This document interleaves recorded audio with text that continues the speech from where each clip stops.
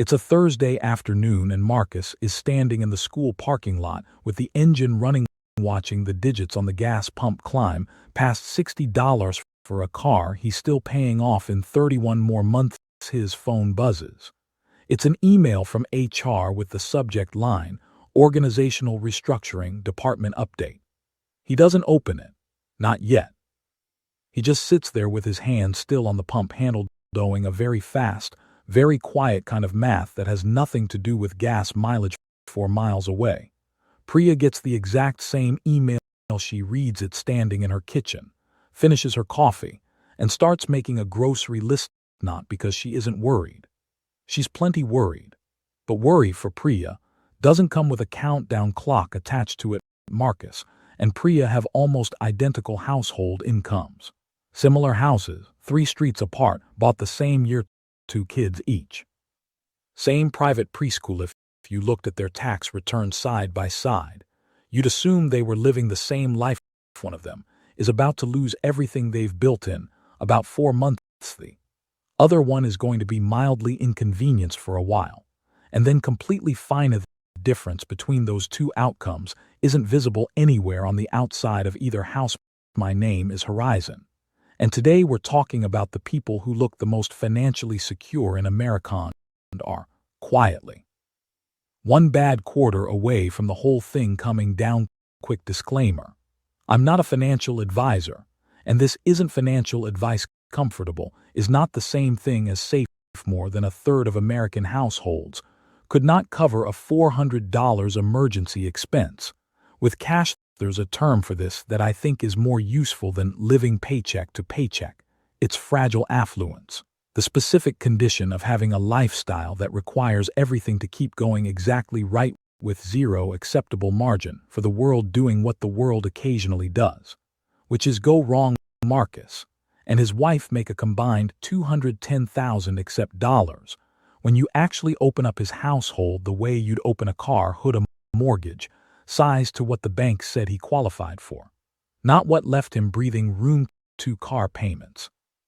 Because when the first car got totaled 2 years ago, the replacement got financed at a rate that felt fine at the time, and now just quietly exists as a line item private preschool for the younger kid, which in a lot of metros runs close to what some people pay in rent. A gym membership neither of them has used since March. 4 streaming subscriptions. A vacation booked for spring break that got put on a card because the timing didn't line up with a paycheck, with the plan being, we'll deal with that later. None of these decisions on their own are insane. It doesn't feel like recklessness. It feels like a completely normal Tuesday, repeated for years. It's not what Marcus and his wife earn. It's what they've committed to spending on a fixed, recurring, non-negotiable basis. Add up your fixed monthly obligations and divide that by your monthly take-home pay. If that number creeps past somewhere around 50 to 60%, you are no longer living a flexible life. There is no slack in the system. There is no shock absorber. Marcus's number, if he actually sat down and calculated it honestly, sits around 68%. 68 cents of every dollar has a job assigned to it the moment it lands. Now here's Priya's number. Her fixed obligations sit closer to 40%.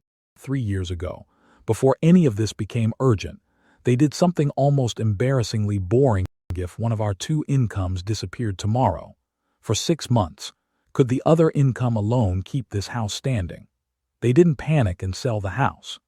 They just stopped letting their fixed costs climb every time their income did.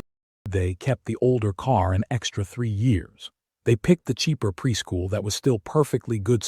Small, boring, invisible decisions that nobody at a dinner party would ever compliment them for.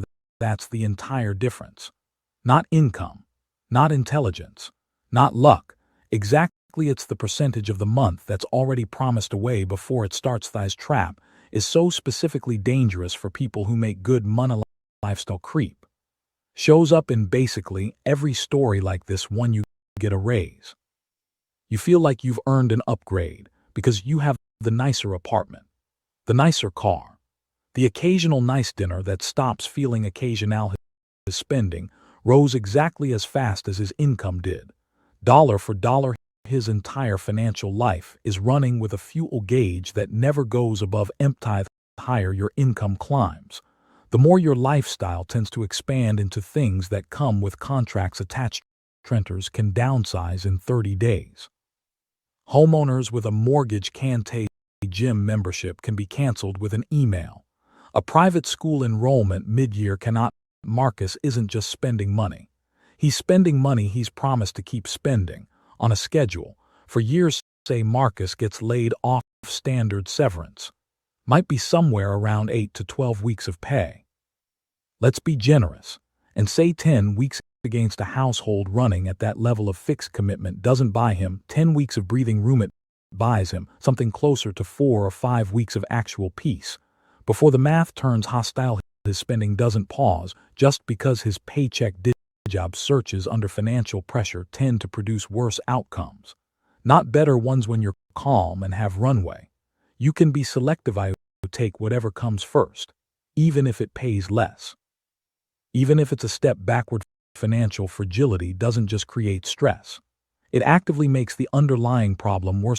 It's a trap that tightens the harder you struggle against it. Priya loses her job too. In this hypothetical, household is running at 40% fixed commitment instead of 68%. That single difference changes everything because they deliberately kept an emergency fund sized to cover 6 months of their actual fixed costs. Has time. Real time. Time to be selective about the next role. Having even a modest emergency reserve measurably changes how people respond to financial shocks. $2,000. Not a number that requires you to be rich. Marcus doesn't have that number.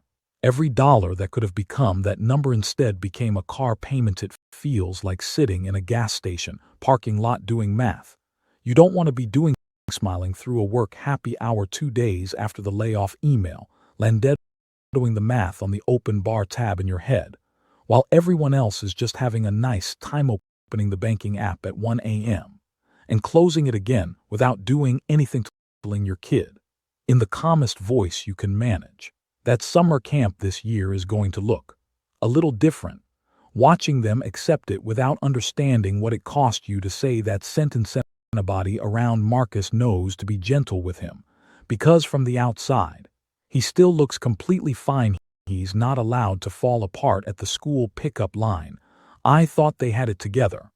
Said, with a note of surprise that stings more than it should. Isn't this just Marcus being bad with money? Nobody held a gun to his head. Discipline genuinely matters. The entire financial environment Marcus operates in is engineered to make each individual upgrade feel not just reasonable, but responsible. Financing a car doesn't feel reckless when the monthly payment fits comfortably inside the budget calculator or the bank itself. The supposed expert in the room approved it as affordable. Nobody hands Marcus a single decision so obviously bad that his instincts flag. Gets handed 20 decisions, each individually defensible, that only become dangerous once you add them all together. Fragile affluence looks at every single step along the way like doing everything right. It's liquidity. Specifically, it's the ratio between what you could access in cash within about 72 hours, not your retirement account, which you can't touch without penalties, and delay not your home equity, which requires selling the roof over your family's head to access. A large share of middle and upper middle income households have less than 1 month of true liquid runway. The assets are real. They're just frozen. A 401k is wealth you can't spend without a penalty for another 20 years. None of that helps him in month 2 of unemployment, because none of it is liquid. Liquidity, not net worth, is what determines whether a shock is a stressful season or an actual collapse. The entire culture around what a successful life looks like actively works against building this kind of liquidity. Nobody posts a photo of their emergency fund. Nobody gets complimented at a dinner party for keeping their car 5 years past when they could have upgraded it. Most people don't notice the trade-off they've made until the exact moment they need the thing they didn't build first. Calculate your actual fixed cost ratio. Today, honestly, if that number is comfortably under 50%, you have real flexibility. Second, build liquidity before you build lifestyle, and treat that order as non-negotiable. Start with something closer to that $2,000 threshold toward covering your fixed costs, not your whole lifestyle. For 3 to 6 months, that number is your actual freedom number. Third, before you let a new fixed cost into your life, run it against the question: would this commitment still make sense in the worst realistic version of next year? That single question is the difference between a household that bends under pressure and one that breaks. Marcus, still sitting in the gas station parking lot, finally opens the email. It's the layoff. Priya opens the identical email in her kitchen and keeps making her grocery list. 3 years of boring, unglamorous decisions already answered the question this email is asking before it ever arrived. Visible parts of a financial life tell you almost nothing about whether that life can survive contact with bad luck. The number that actually matters is invisible. Fragile affluence isn't a character flaw.